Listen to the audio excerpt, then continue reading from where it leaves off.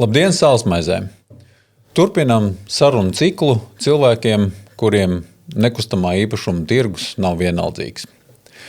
Katru dienu 150 līdz 200 cilvēki pieņem lēmumu iegādāties nekustamo īpašumu. Tas ir ļoti nopietns lēmums, un mēs, protams, visādi cenšamies šos cilvēkus atbalstīt, iedrošināt, apkalpojam viņus ikdienā un papildus arī nodrošinam viņiem iespēju paklausīties gudrus un ietekmīgus cilvēkus, kas nekustamā īpašumu tirgu ļoti ietekmē.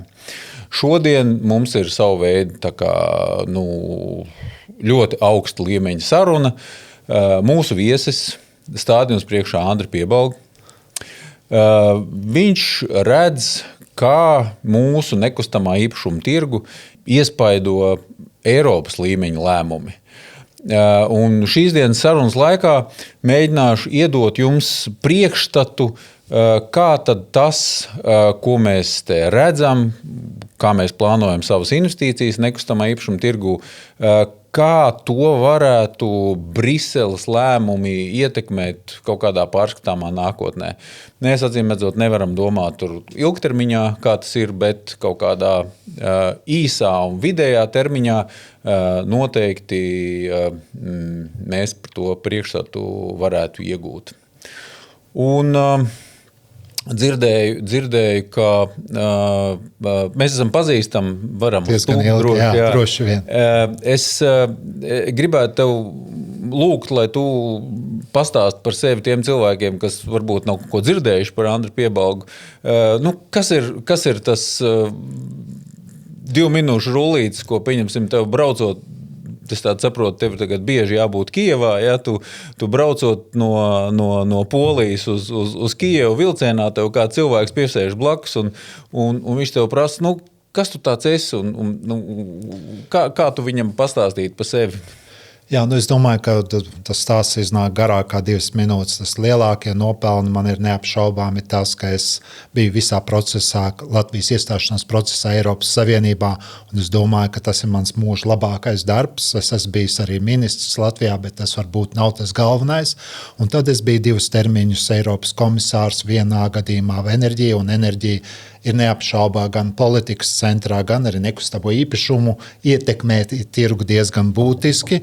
Un esmu arī attīstības komisārs, tātad es esmu strādājis ar citām valstīm, kas ir noteikti trūcīgākas nekā Latvija, bet tas dod zināmu priekšstatu, kā pasaule attīstās.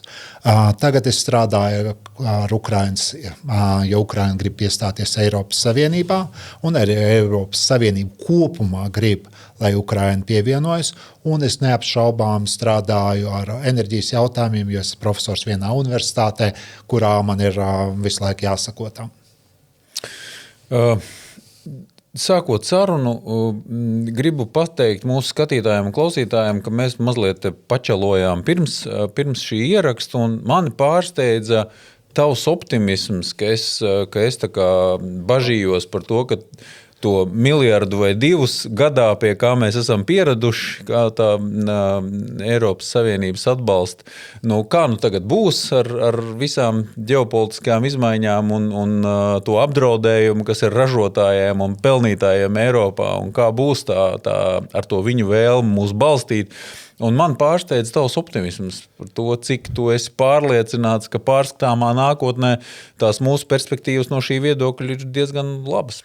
Es teiktu, ka jā, jo neapšaubāmi mehānismi paliek apmēram tādi paši, atbalstīt valstis un atbalstīt teritorijas, kuras ir sliktākā situācijā attiecībā pret Eiropas Savienības vidējo, tātad tā ideja nav mainījusies.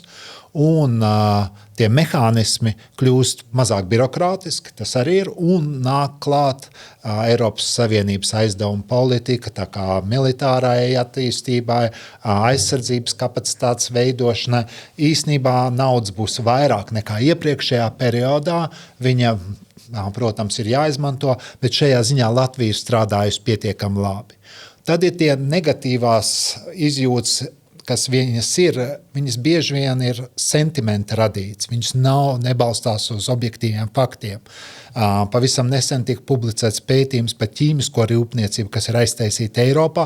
Man bija sajūta, ka 25–30% ir. Man šķita, ka 50%. Jā, tieši tā, jo ir negatīvās ziņas, jā, un jo cilvēks audzē darba vietas, iekšzemes koprodukts, izrādās, ka tas ir 6–10% robežās, jāskatās, kurā sfērā, un tas, protams, nav pozitīvi. Ir labāk, ka jaunas investīcijas ķīmiskā rūpniecībā tiek veiktas, tādi, piemēram, Beļģijā ir Antverpenes ostā, kurā ir jauna liela investīcija ķīmiskā rūpniecībā.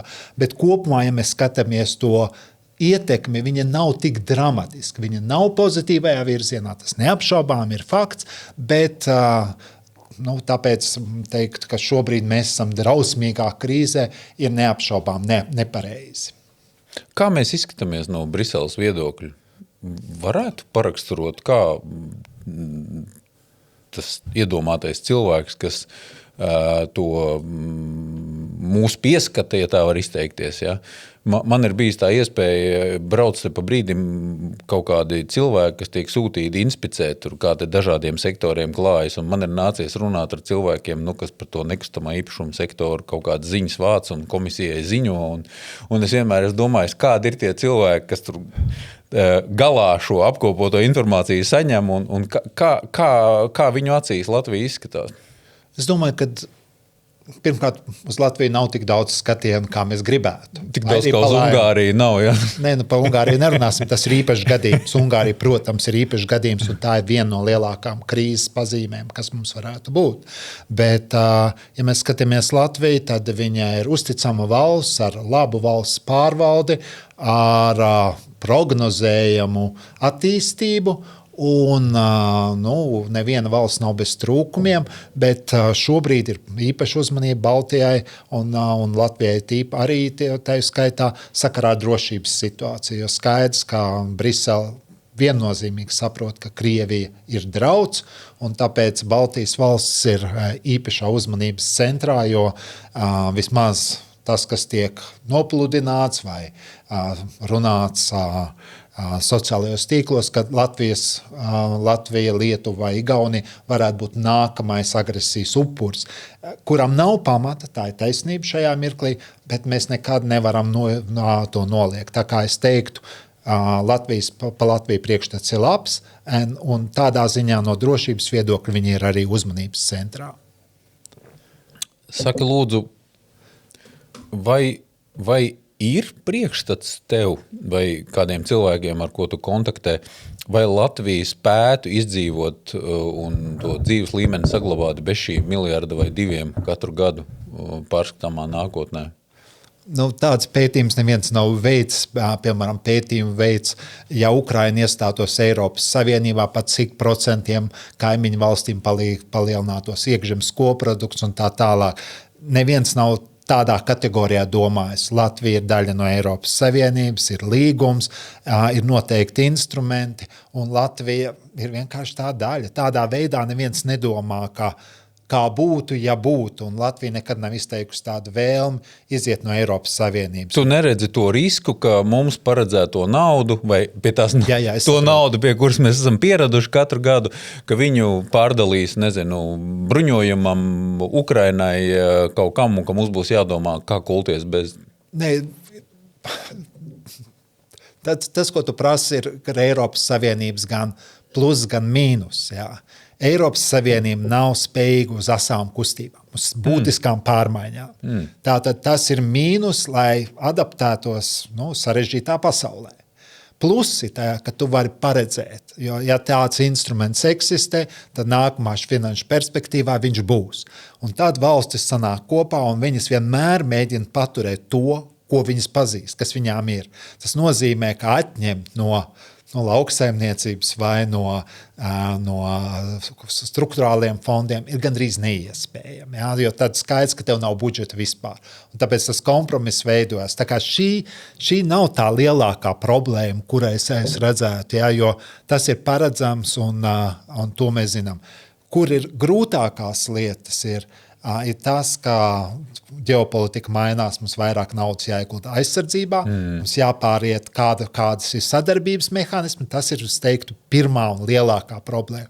Un otrā ir tās augstā konkurētspējas problēma, kuru tas, kas notiek tuvajos austrumos, drīzāk samazina nekā palielina. Jo tagad, ja es biju, teiksim, investors, kuram bija daudz ķīmiskās rūpniecības, tad es skatījos līdz šim tikai vienu apsvērumu.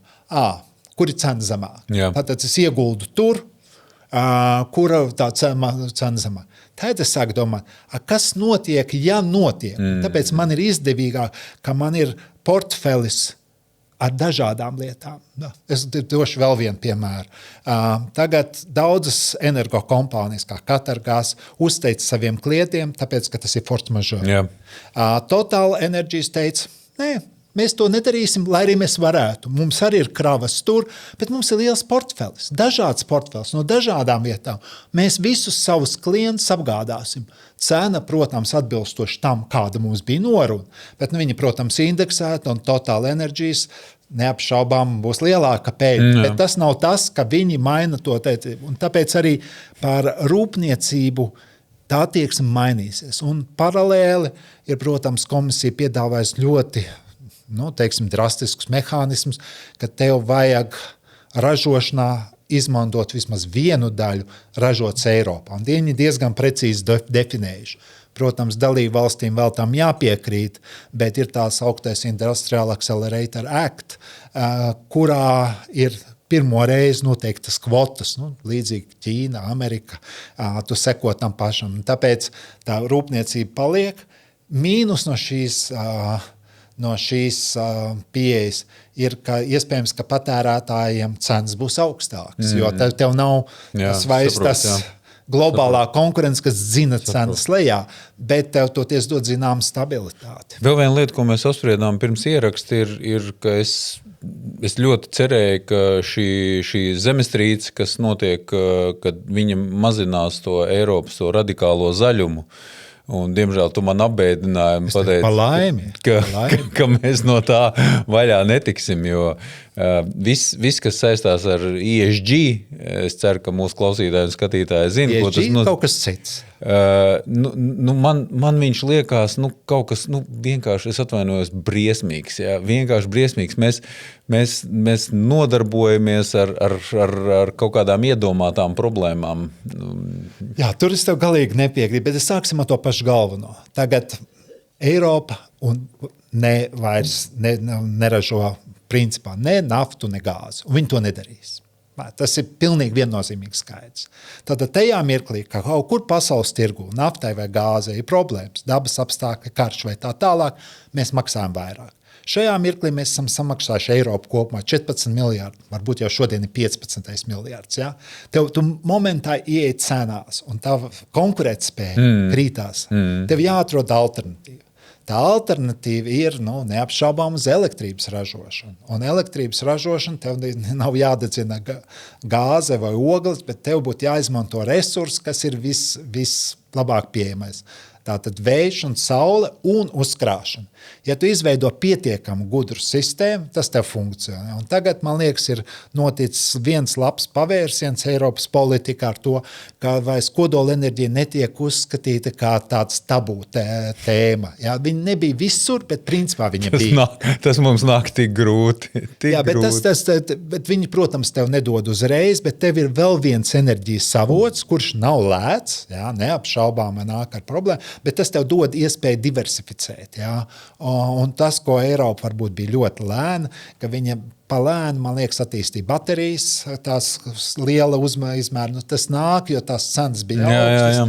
Ir daudz lietas, kas Eiropā varēja nākt agrāk, bet es teiktu, ka no zaļā kursa ir liels iegums, jo tev jābūt mazāk atkarīgam no citiem. Ja tu esi tikai no naftas un gāzes, tad gaidi problēmas. Es domāju, ka mēs varam vienoties, ka mēs te nevaram vienoties. Es neredzu, kā tu vari būt pat konkurēt spējīgs, ja tu esi atkarīgs no tā, ko tu absolūti neražo. Es domāju, ka ja mēs 14. gadā, kad visiem jau viss tā kā tap skaidrs, ja mēs būtu Eiropas Savienībā palaiduši 20 kodolstaciju būvniecību, es domāju, mēs jau viņus jau tagad jau būtu palaiduši, jā, un mēs pavisam savādāk elpot. Jā, bet tev tad būtu milzīgi aizņēmums vajadzīgs, jo kodolstacijas vismaz Eiropā mēs būvējām miljardiem un ar cenu izmu pārmaksu milzīgu pret sākotnēju objektu, plus vēl 2 reizes ilgāk. Labākais piemērs, kas ir vislabākā no intelektuāla, ir Olkiluoto 3 stacija, kurai budžets palielinājās būvēšanas laikā 2 reizes vismaz, un laiks arī 2 reizes. Pagaid, Elbas koncertzāli uzbūvēja 3 reizes ilgāk kā paredzēts un 4 reizes dārgāk kā paredzēts. Tā kā nav jau vienīgais. bet tev tā problēma ir, ka tev vajag minimālu cenu, lai šī stacija tev rentētos. Tev ir jāsubsidē. Ja tev cena tirgu ir zemāka, tev jādod tā vai tā. Jo tie cilvēki vai tā valsts, kas ir investējusi, tev jādabū naudu atpakaļ. Protams, un šobrīd, un tur ir tā problēma. Ne tik daudz tajā psiholoģijā vai kā, bet tev ir vienkārši dārgi. Un uz ko ir cerība, ka tikko taisīt tās augtās small modular reaktors. Tātad, kad tu būvē jau kaut kādus, teiksim, detaļas, kuras tu vari štancēt. Ja? Un tad tev ar daudzumu tev iet cena uz leju. Un, protams, tur mīnus ir tas, ka Eiropa ir zaudējusi, zināmā mērā to tehnoloģijas dzinējspēka lomu. Ja mēs salīdzinām, piemēram, ar korejiešiem, labi, Ķīna ir specifisks gadījums. Tu gribētu atpakaļ 70. gadu Franciju bet ar viņas vēzienu ražošanā un energo industrijas attīstīšanā. Jā, bet tā vai tā, tas viss tika izdarīts uz nodokļu maksātāju naudas. Tātad tev vienmēr ir jāizvēlās, kur tu ieguldi naudu. Protams. Jo tīri komerciāli ir Olkiluoto ir vienīgais tīri komerciāls projekts, kurā es teiktu, ideja bija izcila, parādījās to, ka tehnoloģijas piegādātājs un arī tas, ka tev katra komponente jāsertificē, tev palielina laiku, palielina izmaksas. Tas nav vienkārši. Bet neapšaubām manā skatījumā kodola enerģija šodien apmēram dod 23% no mūsu elektrības kopumā Eiropā.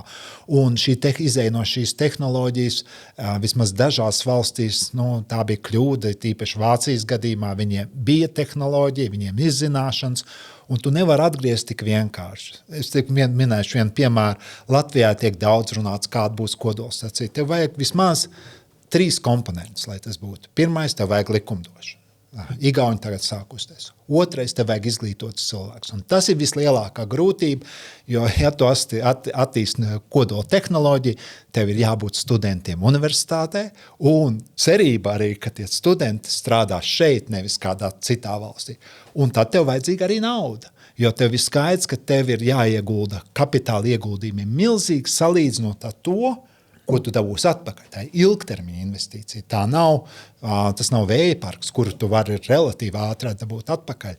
Šeit tu nevari. Ja? Tā kā tas ir ļoti nopietns fiskāls lēmums, kas ietver miljārdus. Es domāju, ja mēs būsim pie pilna prāta un pie labas veselības, pēc 10 gadiem mēs varētu atgriezties pie šīs sarunas, un es domāju, ka mēs nonāksim pie tā, ka vajadzēja tomēr sākt. Ja? Vajadzēja to sākt. Jo es domāju, ka tā situācija ar enerģiju pasaulē vieglāk nekļūs. Ja? Tas vienmēr tas vienmēr būs kaut kāds spriedzes iemesls, un man tā bezpalīdzība nospiež mūsu. Bet es gribēju pagriezt mazliet praktiskākā gultnē to mūsu sarunu. Vai tev iznāk kādai Rīgas apkaimē, tādai, kur tās padomju laikā būvētās mājas, tur braukt cauri, tas ir kaut kādā maršrutā, tu redzi tur to purcienu? Kaimiņos viņus stāv. Jā, kas ir tā tava sajūta, ka tu no savu tā pieredzes skatu torņa, ka tu raugies uz tiem, 3 vai 4 tūkstošiem to dzīvokļu, kas stāv tur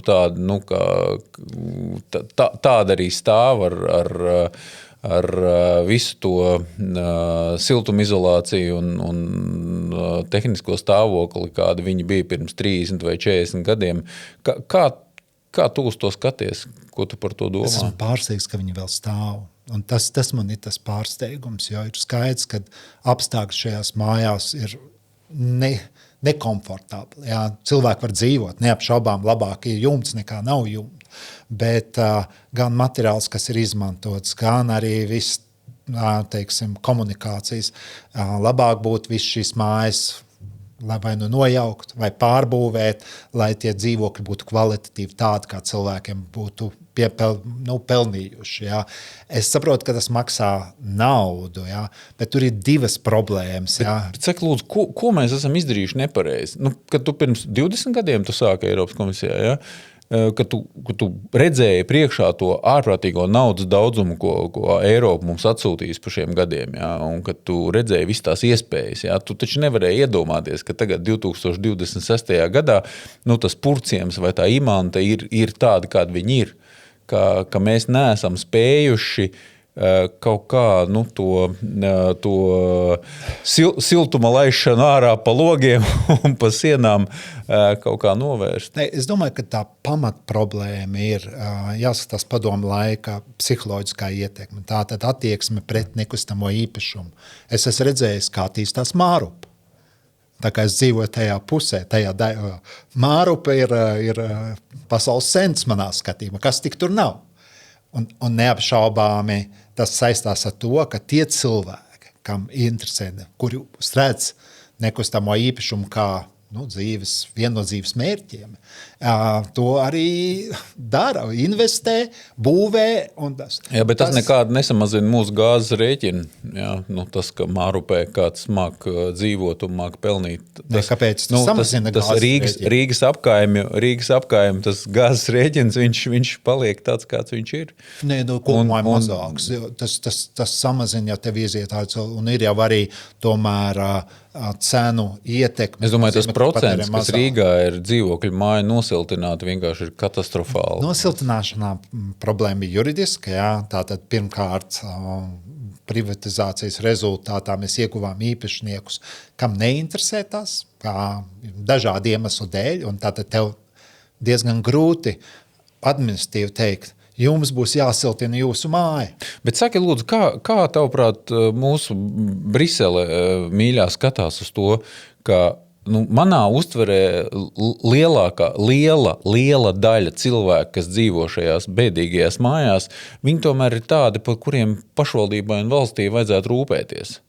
Redz, tie, kas dzīvo Mārupē, viņi paši par sevi un arī par citiem var parūpēties, bet tie cilvēki, kas dzīvo tajās, nosauksim, netik priecīgajās mājās, viņi tomēr ir tādi, kas, es nezinu, vai pareizi būtu lietot vārdu sagaida, bet, kuriem tomēr vajadzētu kaut kādā veidā palīdzēt tām problēmām tik galā. Brisele nekad nav, tā ir nacionālās valsts prioritāte. Tagad enerģijas komisārs ir arī reizē, nosīt dzīvokļu. Bet tās ir vairāk tādas programmas sociālajām atbalstam, nevis šādai struktūrālai izmaiņai. Es esmu vairākos pasākumos bijis pēdējā laikā, kaut kādos starptautiskos Eiropā, un tur šī mājokļa pieejamība vienmēr ir tā kā flagmaņa frāze. Jā. Tāpēc arī tas komisāram ir piekarināts šis tituls, bet viņam nav reāls ietekmes. Viņi var palīdzēt finansējumu, piesaistot no Eiropas investīcijas bankas un tādas nelielas lietas. Bet tā ir tīra nacionālās valsts kompetence, jo katrā valstī savādāk likums, savādāk attieksme. Un es piekrītu, ka tā ir problēma, bet jāskatās. Iedomājamies, ka tagad tu varētu atgriezties 91. gadā un tu varētu Grūtup kungam sēdēt blakus un teikt, Klau, viņš arī Andris bija, vai ne? Jā. Klau, Andri, tu zini, šito tomēr vajadzētu savādāk. Kas tas būtu, ko viņam... 91. bija grūti iedomāties, tā ideja jau nebija, kā kopumā, tu atgriez privātu īpašumu. Tā ir laba ideja. Tas nozīmē, tas ir galvenais dzinējspēks valsts attīstībā. Tad no šīs ir tālāk problēma, kā atrisināt pārmaiņu šajos mikrorajonos.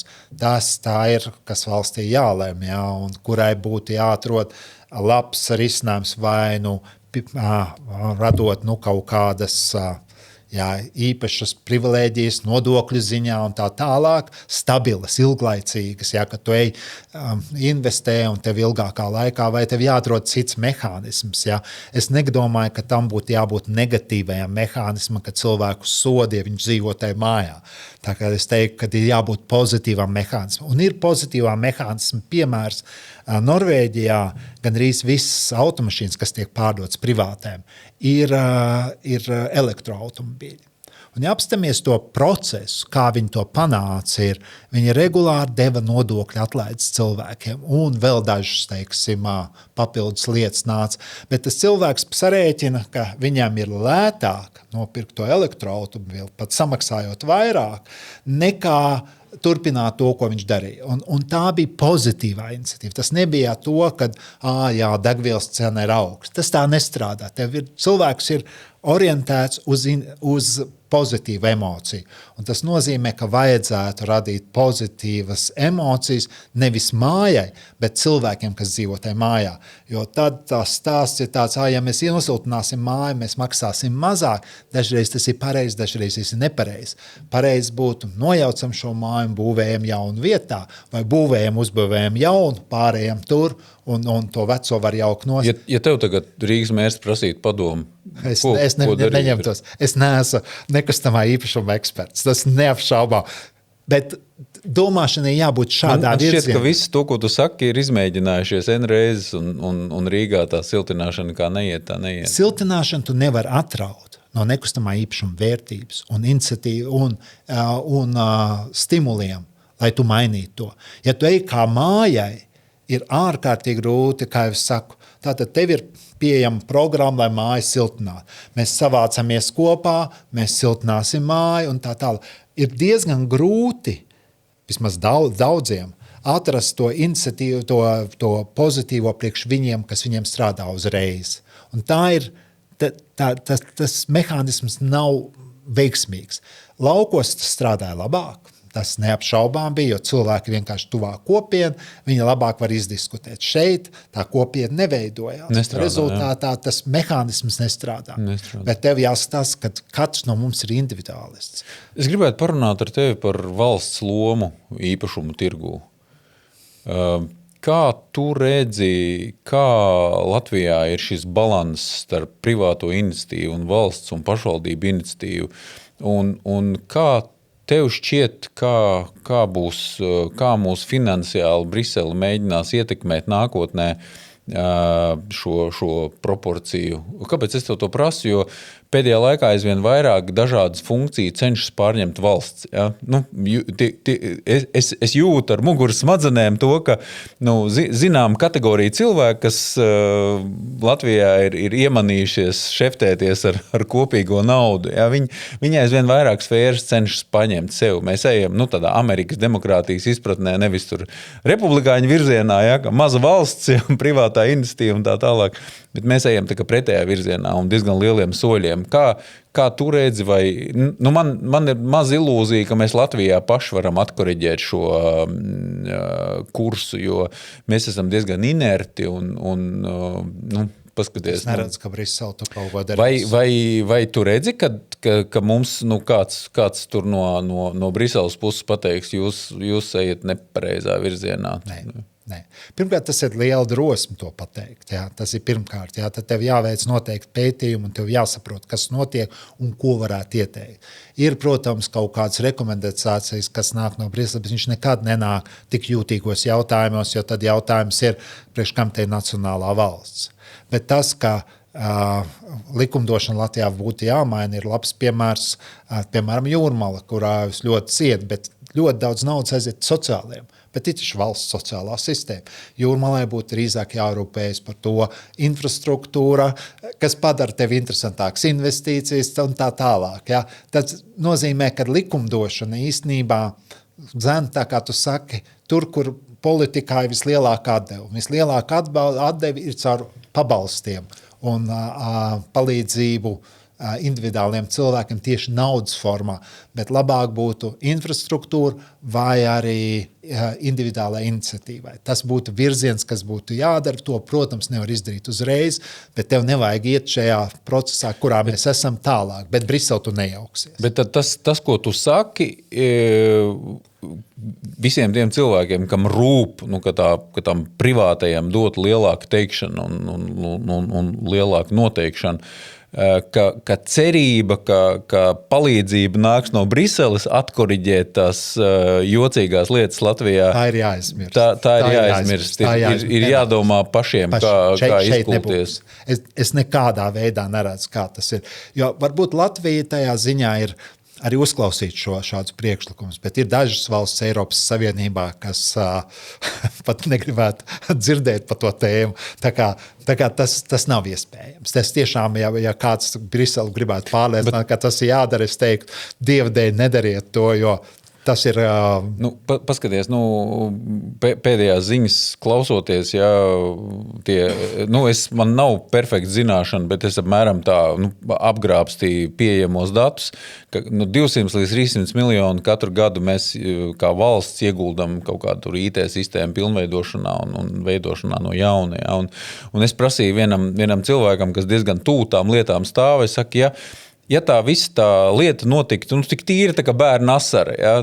Cik mēs ietaupītu? Tur 5%, 10%, salīdzinot to, kā mums notiek. Viņš saka, Edgar, 50%, varbūt 70% ietaupītu. Teiksim, kā pēdējā tā skaļā lieta, es tā saprotu, tomēr tur kaut kāds vējš no Eiropas, ja, iespaidoja to sarosīšanos tur.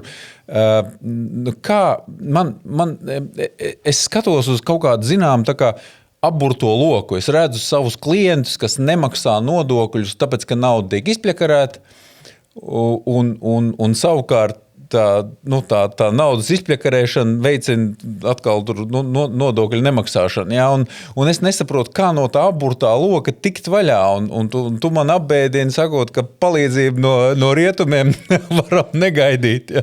Ja, bet man liekas, ka tās ir divas dažādas lietas. Pirmais, nodokļu maksāšana ir vienkārši likumdošana noteikti jebkuram no mums.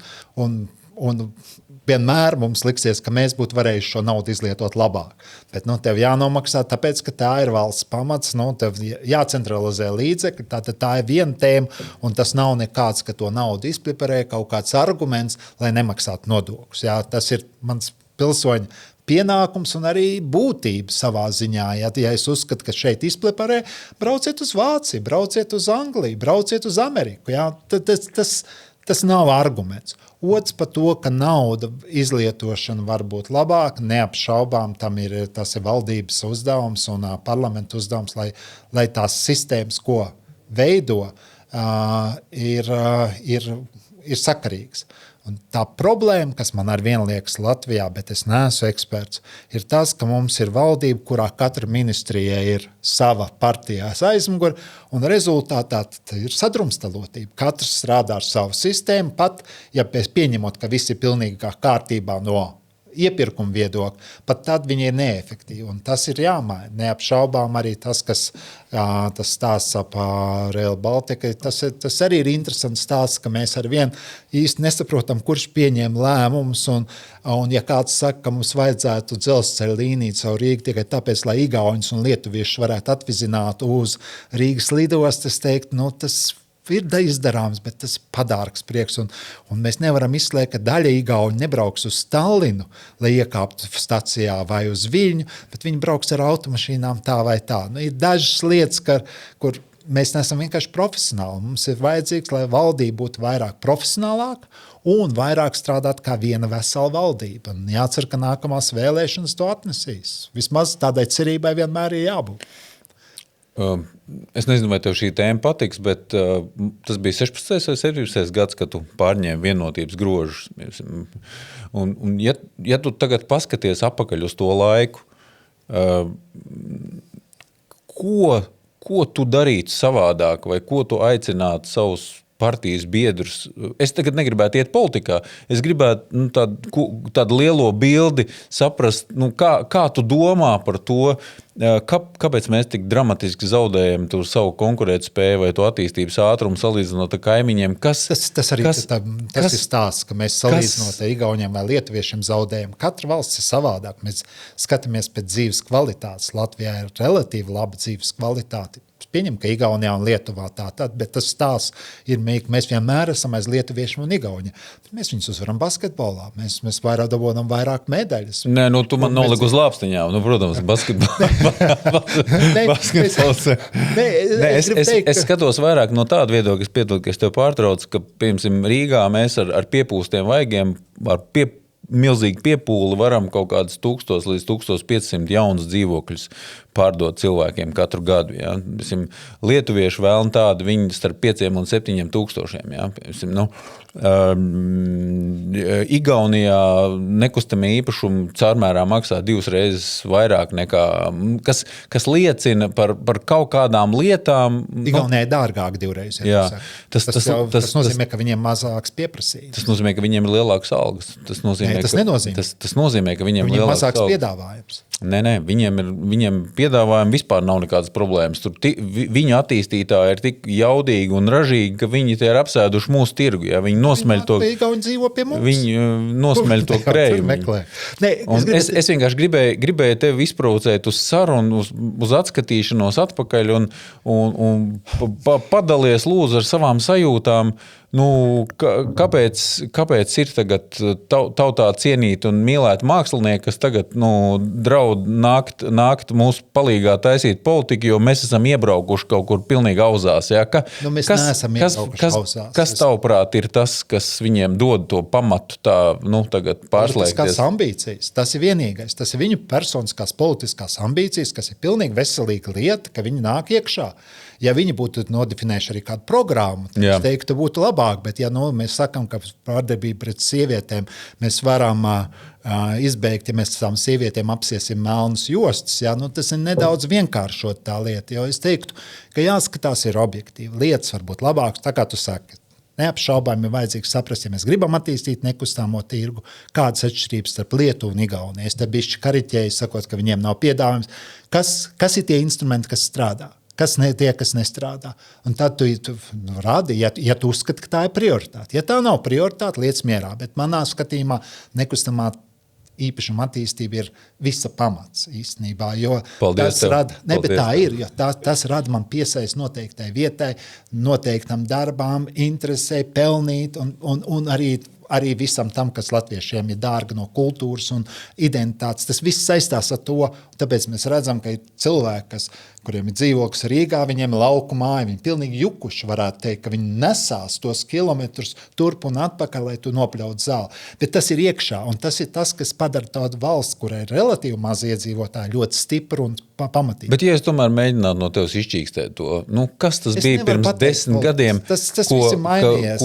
Ko varbūt vajadzēja stūrēt savādākā virzienā? Es tev nevaru atbildēt, un tas ir godīgi, jo es pirmkārt neesmu politikā. Jā, es neskatos to, kas ir. Es vienkārši skatos kā pilsonis, ka dažas lietas varētu būt daudz profesionālākas, jo instinkts politiskais varbūt ir pareizs, bet pamatojiet, pajautājiet ekspertiem, dabūnat normālu ekspertu ieteikumu un ejiet tad tālāk, nevis tīri uz instinktu balstīts, jo instinkts ir labs orientierim, bet detaļas visas ir ļoti svarīgas. Detaļas nosaka, vai tev iznāks tas rezultāts vai neiznāks. Un arī nozīmē kaut kādu starpmērķi, vai mēs sasniedzām, vai mēs nesasniedzām. Kur mēs, protams, ir programma, kur mēs izdarām, bet man liekas, tā ir visgrūtākā demogrāfijas attīstība. Jo tur ik pa laikam ir bijušas programmas, viņas nav bijušas visai veiksmīgas, tiek pārtaisīts, bet viņām arī tur pārāk daudz faktoru. Es nesaku, ka to nevajag darīt, bet nekustamā īpašuma tirgus aktivizēšana ir ļoti konkrēta, ļoti skaidri elementi ir iekšā. Un tad tu zini, kā tie elementi sanāk kopā. Tas ir izdarāms. Ir lietas, ko grūti izdarīt, un ir lietas, kur vajag tīri politiski rīkoties, jo, ja tu nerīkojies, tev vienkārši uzskata, ka tu esi pavelti ievēlēts, bet tu zini, ka panākums tur gūti ļoti, ļoti grūti, jo ģimenes plānošana ir katra mūsu privilēģija. Bet abstrahējoties varbūt no demokrātijas, kā tu ja tu aizvien uztver to kā kaut ko, kas attiecās uz tevi, kā tu domā par to, ka mums inkriminē kaut kādu tādu totālu jēlumu tur kaut kādā lēmumu pieņemšanā un ka mums nav tādu politiķu, kas ir spējīgi uzņemties atbildību un atceries, ka mums tur mēnešiem meklēja cilvēki, kas būvē to Rail Baltica, tevis pieminēto, ka nav neviena, kas uzkāpja uz kastes un nobļaujās. Es viņu būvēju. Es esmu tas cilvēks. Manā skatījumā tas ir tāpat kā tavā biznesā, ir profesionalitāte. Jā, tas ir tas, kas ir būtisks. Jā, un no tā, ka kāds sauc kaut ko, tas nenozīmē, ka viņš kaut ko būvē. Jā, tas ir saukšana bieži vien ir viena lieta un darīšana ir otra lieta. Jā. Un man šķiet, ka tas, kas ir vajadzīgs, tās programmas, ko valsts attīst, ka viņas balstīts uz profesionāliem pamatiem, profesionāliem izpildītājiem. Politiski, jā, viņas pavada, bet tev jābūt ļoti lielai profesionalitātei. Un mēs esam relatīvi neliela valsts, ne tik daudz eksperti, bet mums ir eksperti visās sfērās. Tu visur vari dabūt ļoti skaidru viedokli un nejautā tikai mutiski, bet lai uzraksta cilvēki, lai uzraksta izdara pētījumu, ja tu gribi iet tajā politiskajā virzienā. Bet ja tu vienkārši saki, ka viss ir slikti, tad no tavas nākšanas pie varas nekas nemainās, jo tu nesaki, ka... Jā, bet es par citu, es par to vēlmi un spēju pieņemt lēmumu. Es par to, ka... Mēs esam pieņēmuši pietiekam lēmumus. Es neredzu tur īpašu problēmu. Es neredzu, ka tur problēma. Es redzu problēmu, ka realizācija ir problemātiska, un tas ir tā nelēma. Jā, to pašu Rail Baltica. Lēmums, ka Rail Baltica būvēt ir pareizs politiski. Kā tu viņu uzbūvēji, kādas atskaites sistēmas, tas ir kas cits jautājums. Un tas ir tas, pie kā ir jāstrādā šajā valstī, un man liekas, ka to, ka mēs kaut ko lamājam, no tā tas nemaina. Man ir sāpīgi skatīties visas šīs diskusijas, un viss tās, ja tā var izteikties, visu to ņemti ap šo mega projektu. Es esmu tajās kurpēs, ka es uzskatu, ka mums kategoriski vajag savienojumu ar Eiropas dzelzceļu, savienoties ar Eiropas dzelzceļa tīklu. Es uzskatu, ka tas ir tikpat svarīgi kā pilsētā ūdensvads un kanalizācija. Jā. Vienkārši tam savienojumam ir jābūt. Jā. Vienkārši ir jābūt. Jā. Tur var diskutēt par detaļām, kādam, kā tur, tā tālāk. Bet man ir sāpīgi skatīties to diskusiju, jo Latvijā ir tikai viena amatpersona, kas var uzbūvēt to Rail Balticu. Un tas ir premjeras vai premjera. Un nav vispār jēga diskutēt ar tiem simtiem galvu, ka mēs maksājam tur, 30 vai 40 tūkstošus mēnesī. Viņi ir nekas.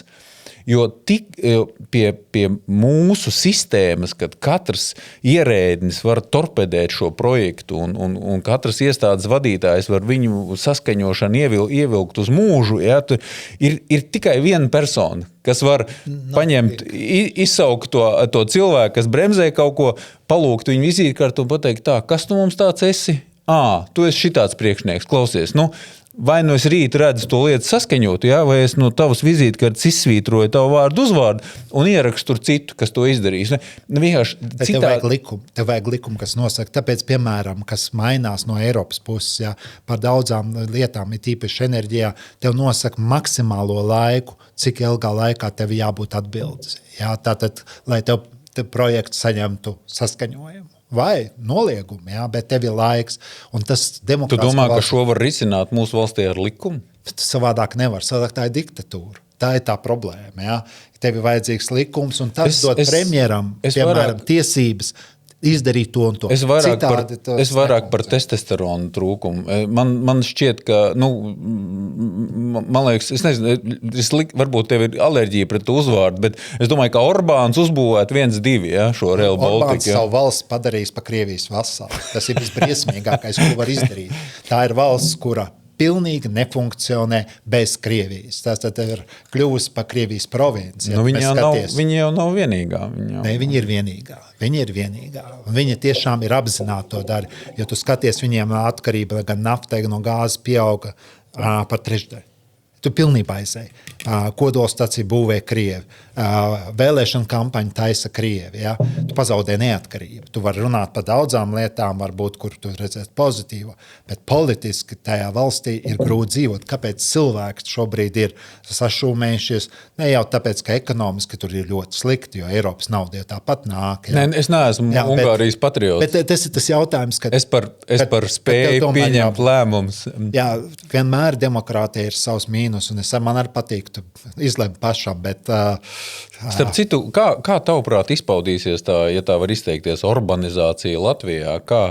Kā šī migla, kurā ir tā lēmuma pieņemšanas nespēja, kā viņi vēlēšanās, viņi radīs iznākumu, ka mums būs kaut kāda veida Orbāns vietējais. Kā tev šķiet, kā mums ar to ies? Vietējais Orbāns. Mums no tās demokrātijas puses mums ir diezgan pietiekama atskaites sistēma, jo dabiski no vienas puses sadrumstalots parlaments ir slikta lieta, no otras puses nav varas koncentrācija un varas uzurpācija. Jā, tā kā tas ir tas jārēķinās ar to. Un ja mēs skatāmies varas koncentrāciju, mēs jau vienreiz bijām ļoti sāpīgā situācijā. Strenga ir uzrakstījis izcilu vēstures grāmatu 39. 40. gadu. Jā.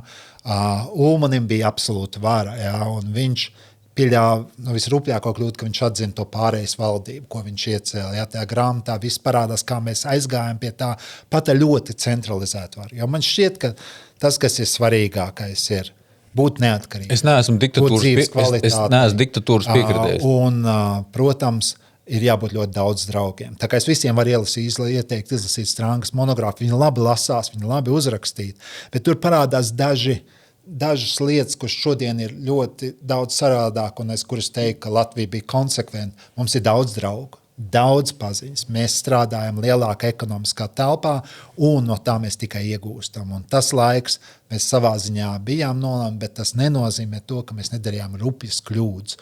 Un centralizācija neatrisina to.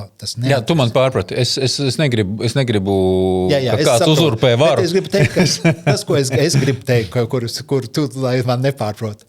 Latvija ir laba valsts ar trūkumiem, to es neapšaubu. Ar trūkumiem, bet viņā nav fundamentāls problēmas, jā, un kritika un diskusijas un jaunas cilvēku politikā ir ļoti laba lieta, jo viņi nāk jauna politikā, viņi redz savādāk uz priekšu, es vēlu visus panākumus, jo man liekas, tas valsts pamats ir pietiekami stabils, bet tas, ka valsts varētu būt daudz labāk, par to nav šaubu. Piedāvāju mazliet mainīt tēmu. Iedomājies, ka tev pretī sēž reku ģimene, atnākuši uz Latviju pirkt nekustamo īpašumu un pamana, ka te ir piebalkungs, un viņi ielaužās parunāties ar tevi.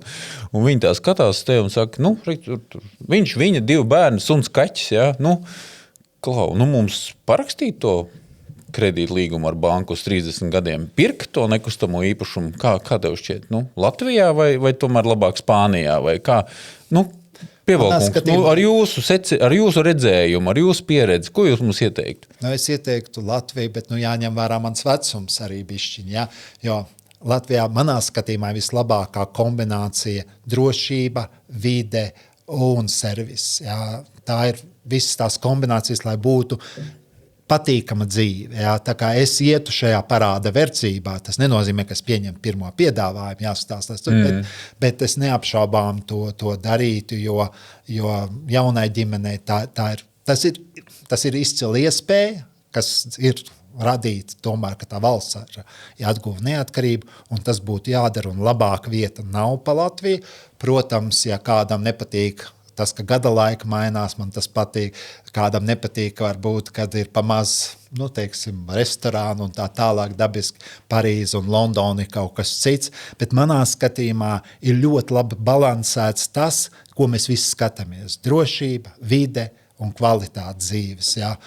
Un tas neapšaubām liels iegums. Es ar vienu brīnos, ka mums ir mazāk nāk no ārpus cilvēki, jo vienkārši Latvija ir palaista garām, kā ieguldījuma vieta nekustamam īpašumam, tur ir plusi un mīnus, jā, jo mīnus ir tie, kad ja viņi nāks iekšā, cenas lidos augšā, jā, bet plusi būtu tam, ka mums, protams, būtu lielāka plūsma, lielāks tirgus un lielāka aktivitāte. Un tas, ko es ļoti vēlētos, tomēr, ka ir lielāka aktivitāte, jo skaidrs, ja ir pieprasījums, tad piedāvājums arī nāk. Tas ir tas, ko mēs sākām ar enerģiju. ja cenas iet augšā, ir jauni spēlētāji, ienāk tirgu un rada to, jā, un tas vienmēr nāk pa labu visiem beigās.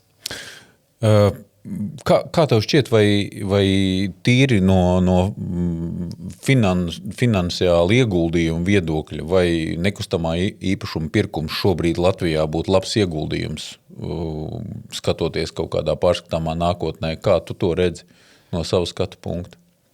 Es domāju, ka jā, jo es neesmu pētījis salīdzinot ar citiem, es neesmu eksperts nekustamai, bet es teiktu jā, jo es esmu pārliecināts, bez ģeopolitiskas ķibeles, jā, to mēs nevaram force majeure galīgi izslēgt.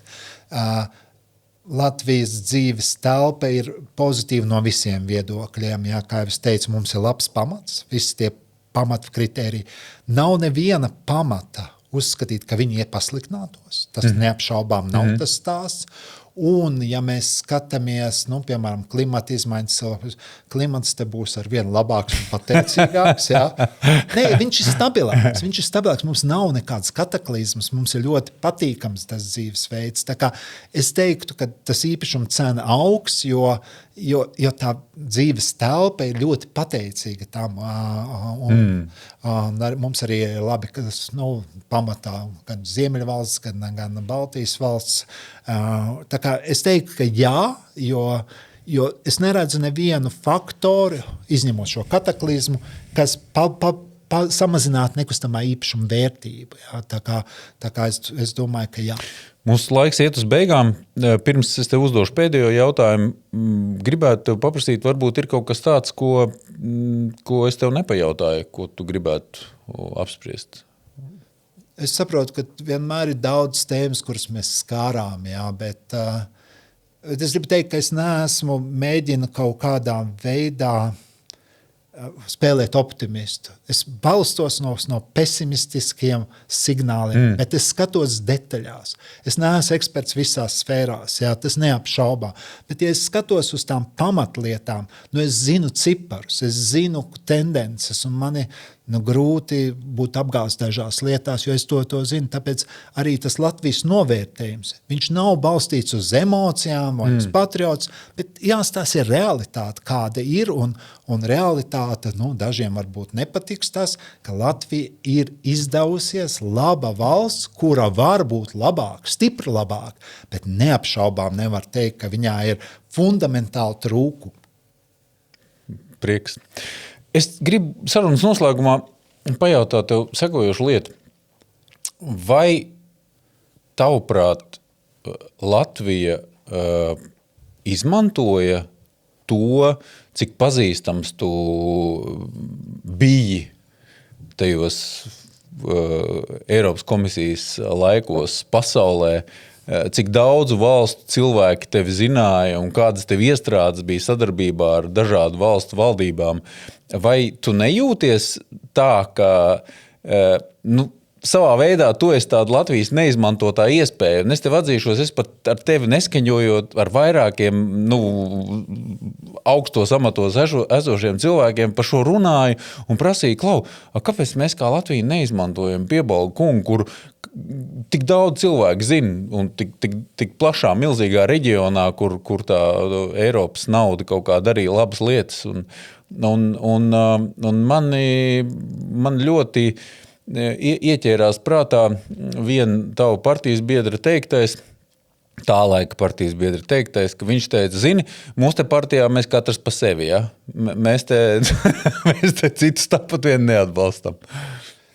Tā manā skatījumā ir viena problēma. Es nesaku, ka es jūtos aizvainots vai kā, bet neapšaubām mēs esam relatīvi maza tauta un relatīvi maz cilvēku, kuriem ir kontakti kaut kādā sfērā. Mums būtu jāatrod iespēja neapšaubām šādus cilvēkus izmantot vairāk. Vienkārši izmantot vairāk, iesaistīt vairāk, es domāju, arī bijušos prezidentus un bijušos parlamenta spīkers. Es saprotu, ka ir kaut kādi svinīgie pasākumi, kur cilvēki tiek aicināti, bet tas nav tas. Ir katram kaut kāda ekspertīze, un tas daļēji saistās ar sadrumstalotību, jo es saprotu, politikā tu domā, pār savu imidžu. Tas ir pilnīgi normāli.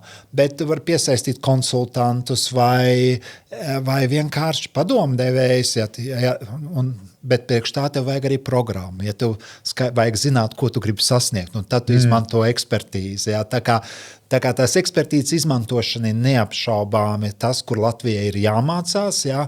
Bet tas nenozīmē, ka bijušiem politiķiem vajadzētu, teiksim, kaut kādu speciālu institūcija. Jā, tas neatiecas uz to. Es gribu teikt, tīri profesionāli ir svarīgi saprast, ko vajag un ko nevajag. Un daudzās valstīs tas tiek izmantots labāk, jā, bet neviena valsts nav šajā ziņā perfekta. Un ir arī taisnība, neesi politikā, neesi. Ja esi, bet ir profesionālās zināšanas, kas ir, piemēram, es esmu ārlietu ministrijā, tādā kvalifikācijas komisijā, mēs tur diskutējam šo to, un tur ir ārlietu ministrijā problēma, vienmēr resursi būs pamaz. Bet tev vajag padomu vai tev vajag viedokļu ļoti ātri. Tas nozīmē, tev vajadzētu no citas institūcijas vai no citas, bet cita institūcija, tur ir cita ķēde, un tas ir jāatrisina, kādā veidā mēs varam izmantot to zināšanu, kas ir citā institūcijā, īsā laikā un kopējam mērķim. Un tas nav, bet es domāju, ka tas ir milzīgi grūts uzdevums, bet to jāatrod. Ja mēs to neatrodam, mēs zaudējam. Es gribētu tev visu mūsu skatītāju un klausītāju vārdā novēlēt, lai tu sajūti to, ka tu esi novērtēts un tu esi vajadzīgs. Paldies, bet es vienmēr tā esmu juties, un paldies par uzaicinājumu. Ļoti interesanti un laba veiksmi tev. Paldies. Jā, ja būtu biržas indeks nekustamā īpašuma tirgu, es domāju, pēc Piebalga kunga uzrunas noteikti, ka būtu indeks pieaugums. Jā, paldies, ka skatījāties, klausījāties un uz tikšanos nākamajās epizodēs. Vislabāk!